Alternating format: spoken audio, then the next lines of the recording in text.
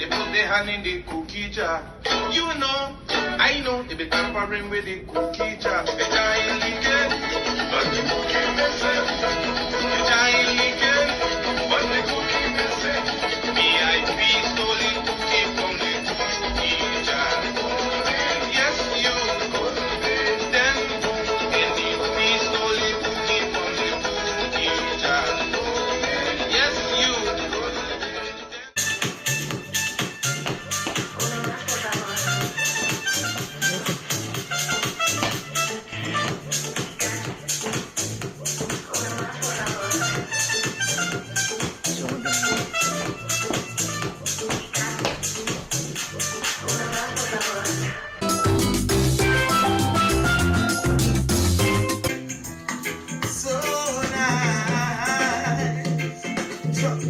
I'm so proud to be from the VI, a place of history like the African side, yeah.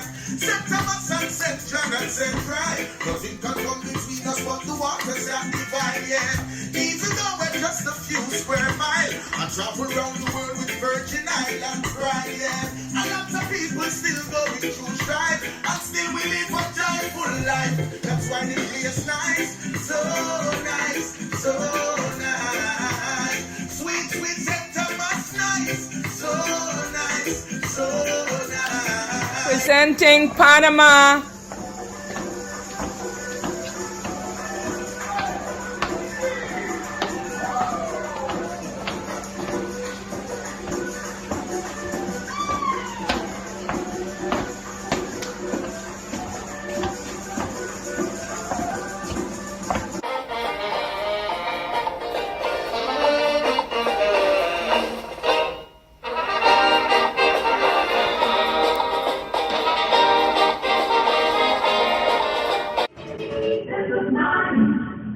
Good morning, baby. Good morning. How are you this morning?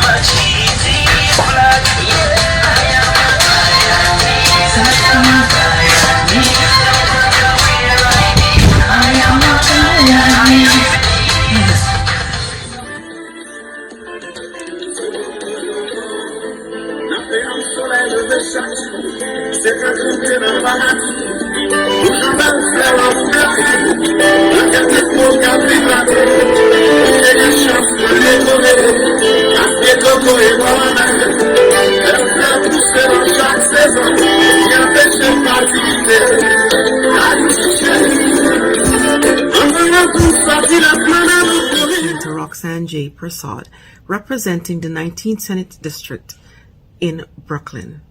My district represents areas of East New York, Brownsville, Canarsie, Mill Basin, Mill Island, Georgetown, Marine Park, and Sheepshead Bay. Today, I congratulate APC Community Services and their partners on hosting their annual Caribbean American Heritage Month celebration.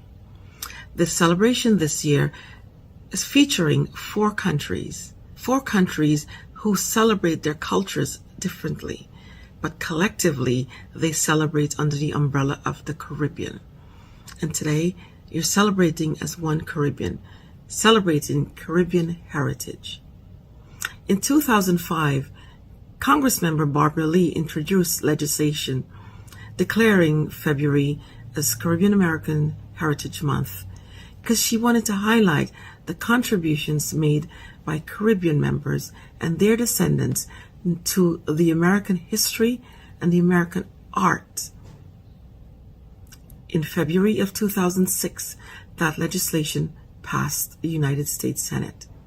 And then in June of 2006, President George W. Bush issued the proclamation declaring June as Caribbean American Heritage Month in the United States. Every year since, a proclamation is issued by the White House.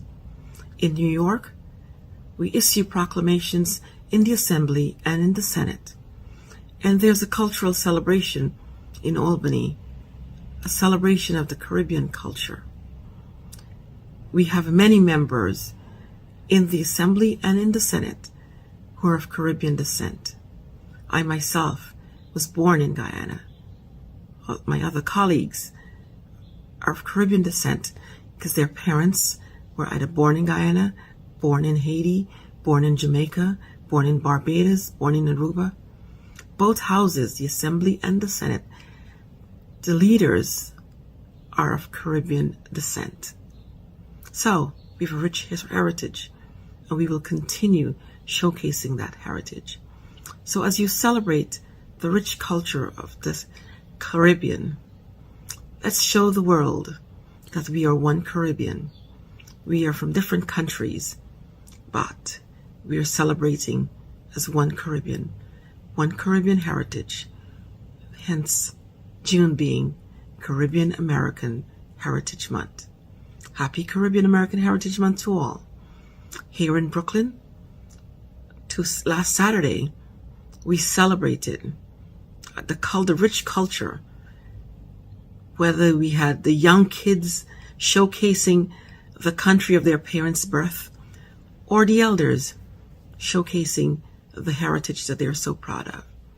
We all wanted everyone to know we are proud of our Caribbean heritage. Happy Caribbean Heritage Month. And to everyone who's celebrating today, happy Caribbean Heritage Month.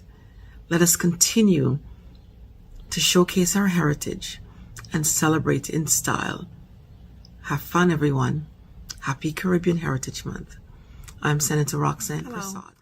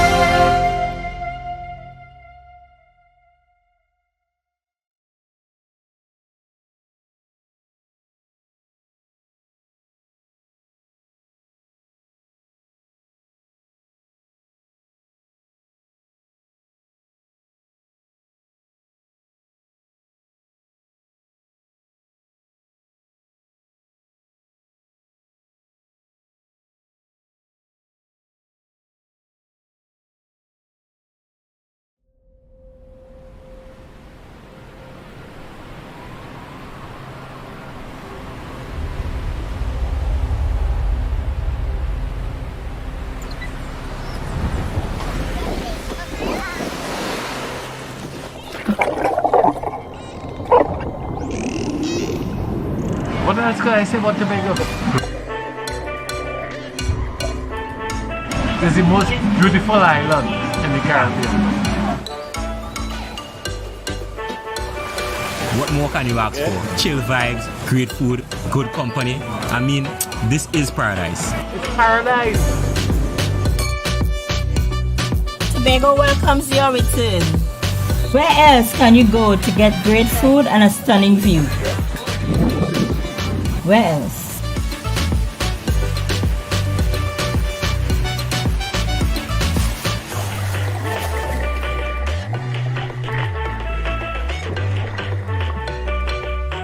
What more can you ask for?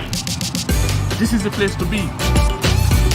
Tobago is one of the most diverse islands in the Caribbean. Lots of forests, beautiful seas, and also beautiful people.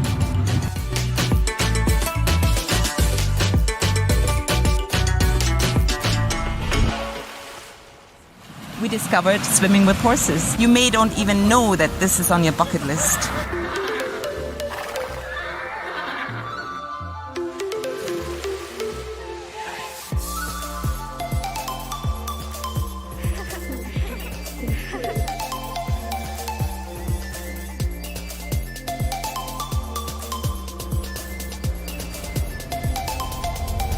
Tobago is just a romantic place. Tobago is the perfect backdrop for your romantic experiences, engagements, micro weddings, intimate weddings, vow renewals, honeymoons. We're looking forward to having you back.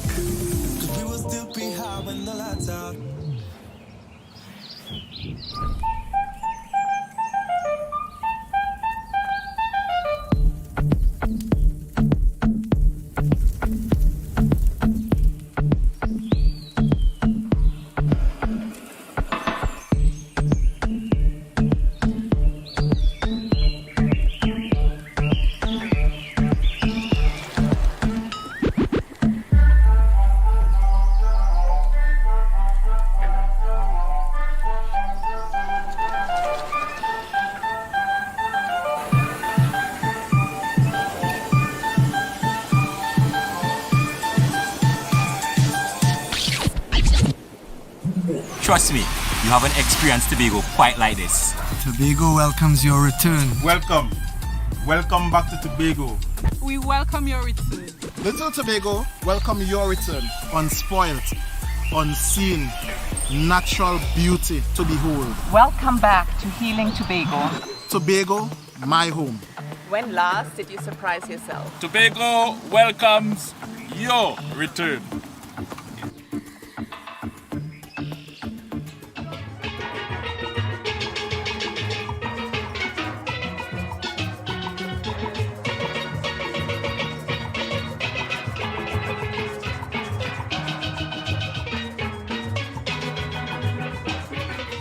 The Tobago Heritage Festival is the brainchild of renowned Tobagonian anthropologist, the late Dr. J.D. Elder.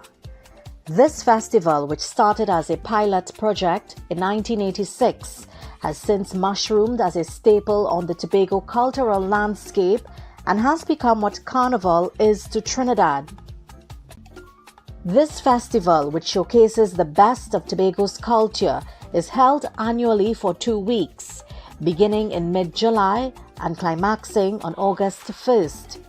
Each year, the festival centers around a different theme.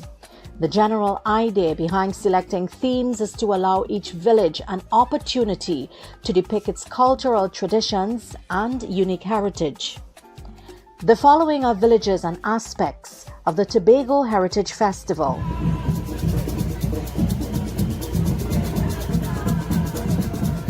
The Mariah Old Time Wedding is described as one of the marquee events of the Tobago Heritage Festival. It is held on the first Saturday of the festival and usually commences at 1 p.m., although by tradition it starts later. It is a theatrical performance that depicts several costumes and rituals observed by Tobagonians in the days of yore. This was a time when gentlemen wore top hats and coattails, and the ladies were adorned in bustle gowns and petticoats. The bride is adorned in her lily white gown and dances through the streets, as she walks beside her gallant husband, bedecked in his jet black coat-tail jacket and matching trousers. While not being the focal point of the event, the spotlight also shines brightly on this couple. They led the procession in a fancy carriage, and the master has the honor of delivering a hilarious verbose speech that leaves the audience in stitches. The Mako or busybody is a comical narrator whose sharp tongue and good-natured barbs educate the spectators about the various traditions that take place. The wedding party comprises young ladies and men decked in their Sunday best. The ladies are topped off with floral hats, while the escorts carry umbrellas to shade their partners. The coal pot is carried on the head of a member of the bride's family, signifying that the bride can cook. Breadfruit is also carried on the head of a family member as an ode to the Bible verse, "Be fruitful and multiply." Bridal trousseau. This is carried in a trunk expertly balanced on the head of a family member. The trousseau contains articles the bride will bring to the marital home, including 2 white pillows fastened to the top of the trunk. Traditional music and dancing. The tambourin is a musical instrument indigenous to Tobago and is played while the members of the procession dance through the streets. Dances include the heel and toe, the jig, and the bush track. This is commonly referred to as the pulling of seine. It starts with an early morning wake-up call procession of villagers. It starts around 5:30 a.m. and participants are dressed in traditional fisher folk wear, dancing through the streets, backed by music trucks and steel pan and the blowing of conch shell. From Black Rock, the procession makes its way to Corlan Heritage Park for the blessing of the boat and the much anticipated pulling of the seine. This involves almost everyone joining in to pull the huge net. All the fish that is hauled and caught is shared among everyone around and is often used to make a delicious meal which is shared among the villagers. This is held in the village of Pembroke. It is a spiritual festival involving song, dance, and the offering of gifts to the ancestors. Tribute is paid to the Igbo and Congo people, who were the early inhabitants of Pembroke. Fruit, food, and gifts are prepared and symbolically offered to the ancestors. Pembroke is referred to as the cultural capital of Tobago.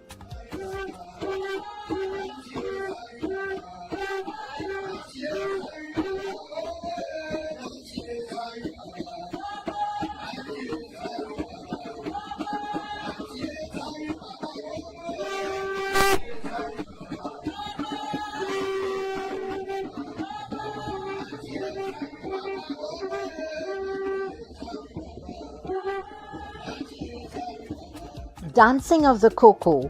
This is when villagers don old clothes adorned with dried leaves. They dance on top of cocoa beans in an out-of-commission cocoa house to the sound of local tambourin band. Dancing of the cocoa is done to get the beans as shiny as possible to be ready for the market.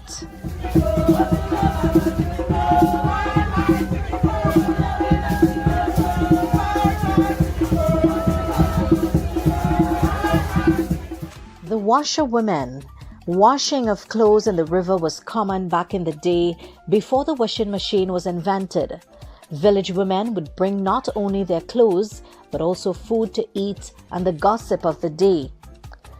While the washing by hand was a tedious exercise, these women would pass their time by also sharing a meal as well as talking about all that was happening in the village. The Bati Mill. While in our local dialect, bati refers to the butt, the bati mill is used to describe a contraption used to extract juice from sugarcane. It is operated manually and usually takes hours to extract the juice from the sugarcane stalks.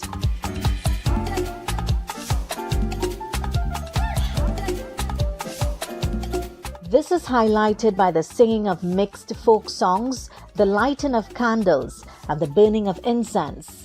Tobago's folk tales and superstitions are deeply influenced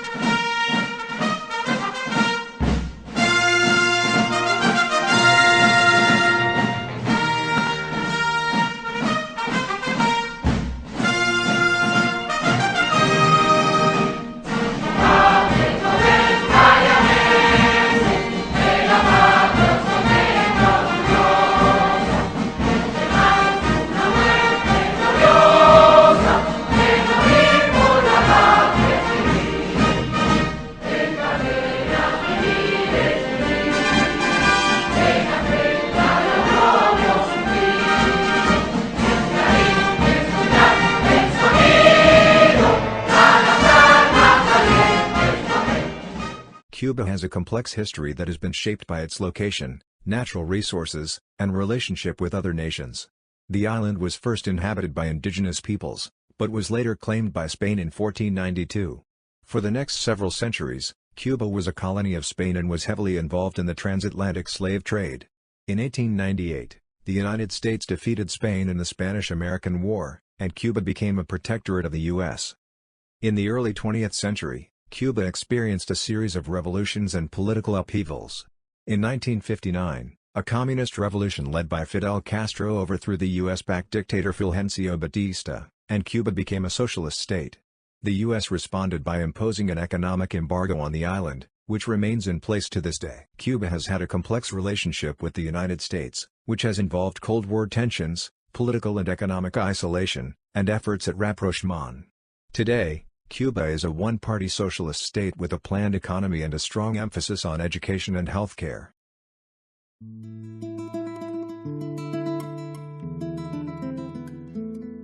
With diverse indigenous, African, and European roots, Havana's culture and architecture reflect Cuba's complex history of conquest, slavery, liberation, and revolution.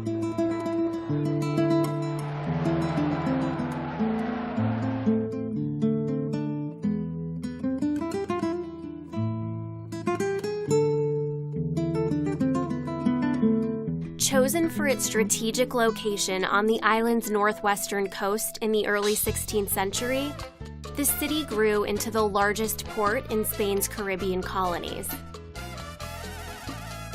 The original layout of Habana Vieja, Old Havana, is still intact.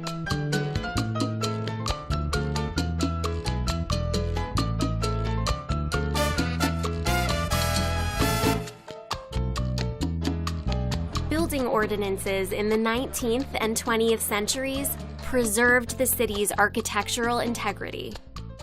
Wrought iron gates, historic statues, and stone balconies adorn its 5 main plazas. Among some 900 surrounding historic buildings, a few highlights include the Castillo de la Real Fuerza, one of the oldest existing forts in the Americas.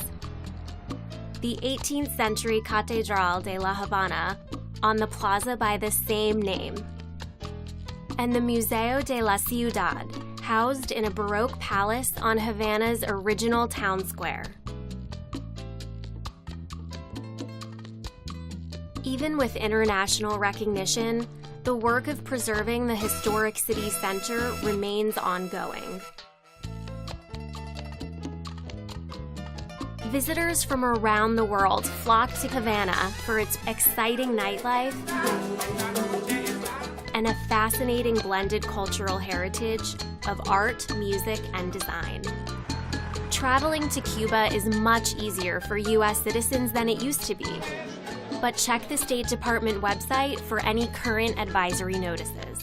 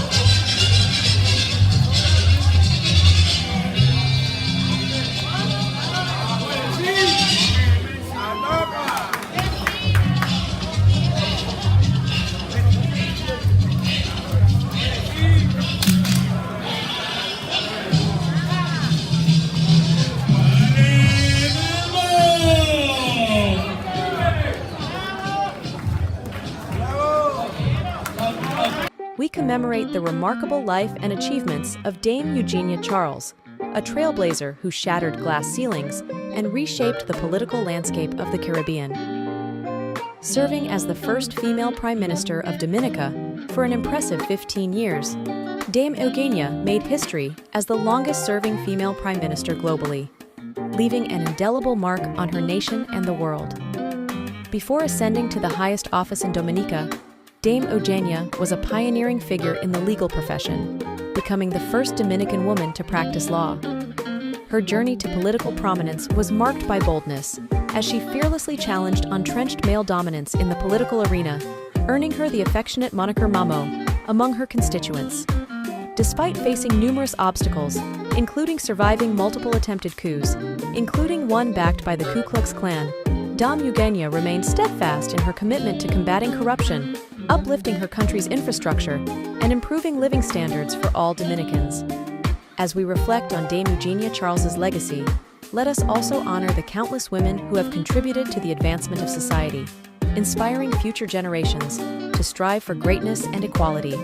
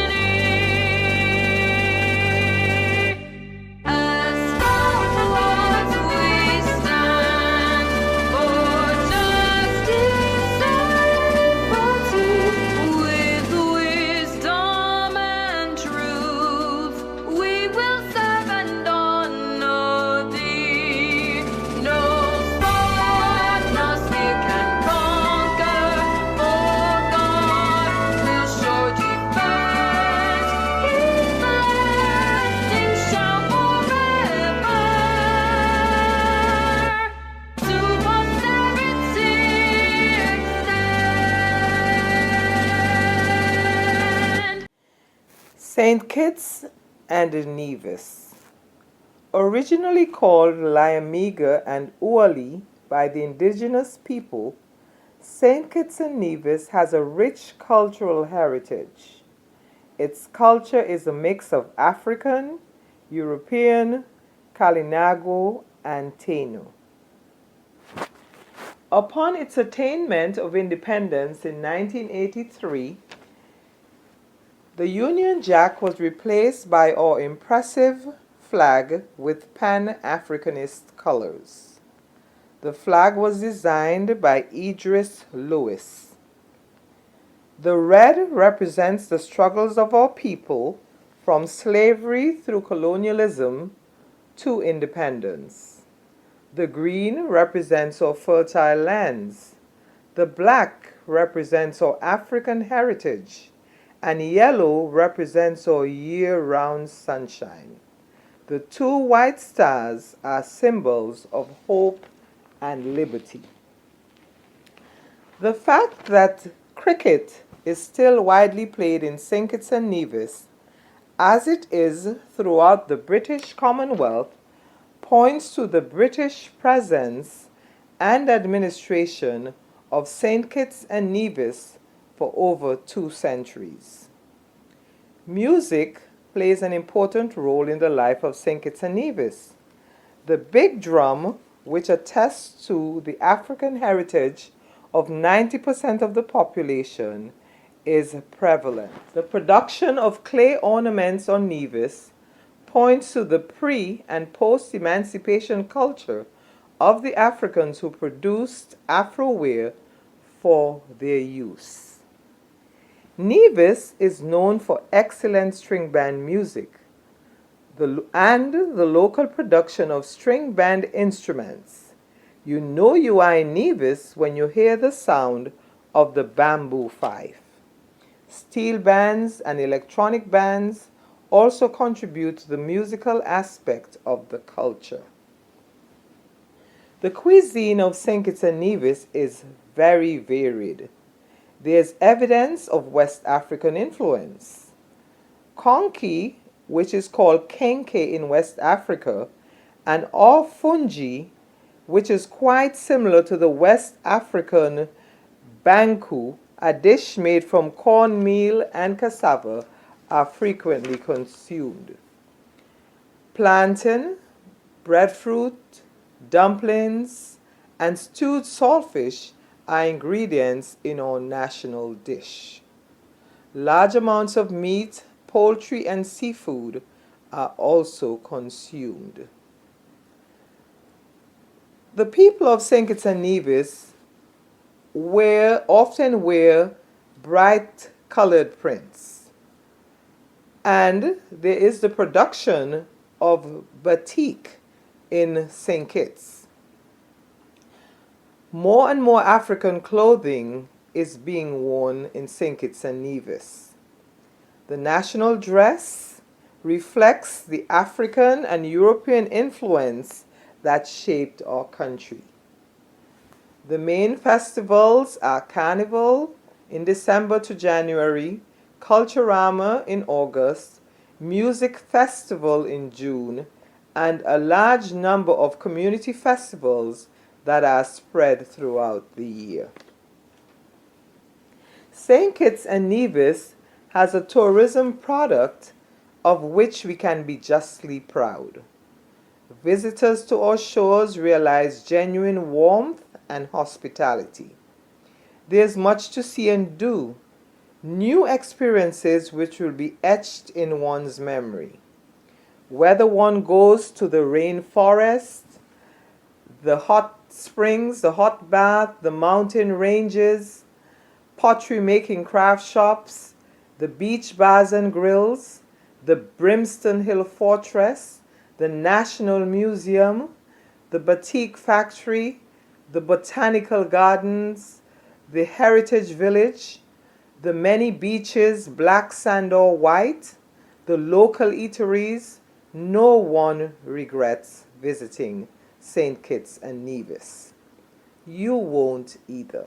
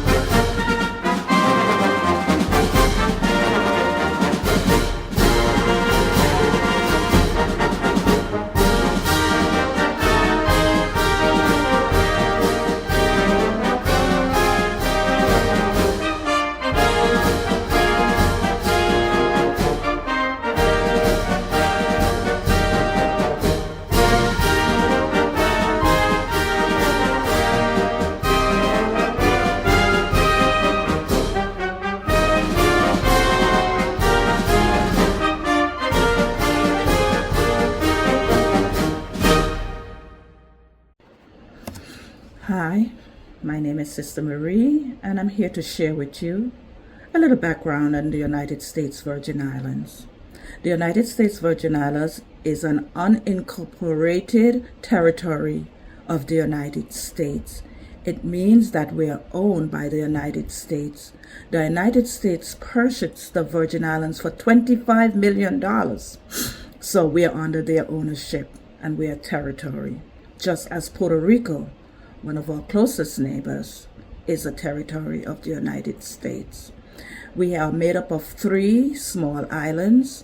The largest of the 3 is St. Croix, then St. Thomas, and St. John's. The capital of the United States Virgin Islands is St. Thomas. We are known for tourism. We do a lot of, we have a lot of people visiting our islands daily, weekly, monthly, yearly. We have some of the most wonderful sceneries and beaches, especially in St. Thomas.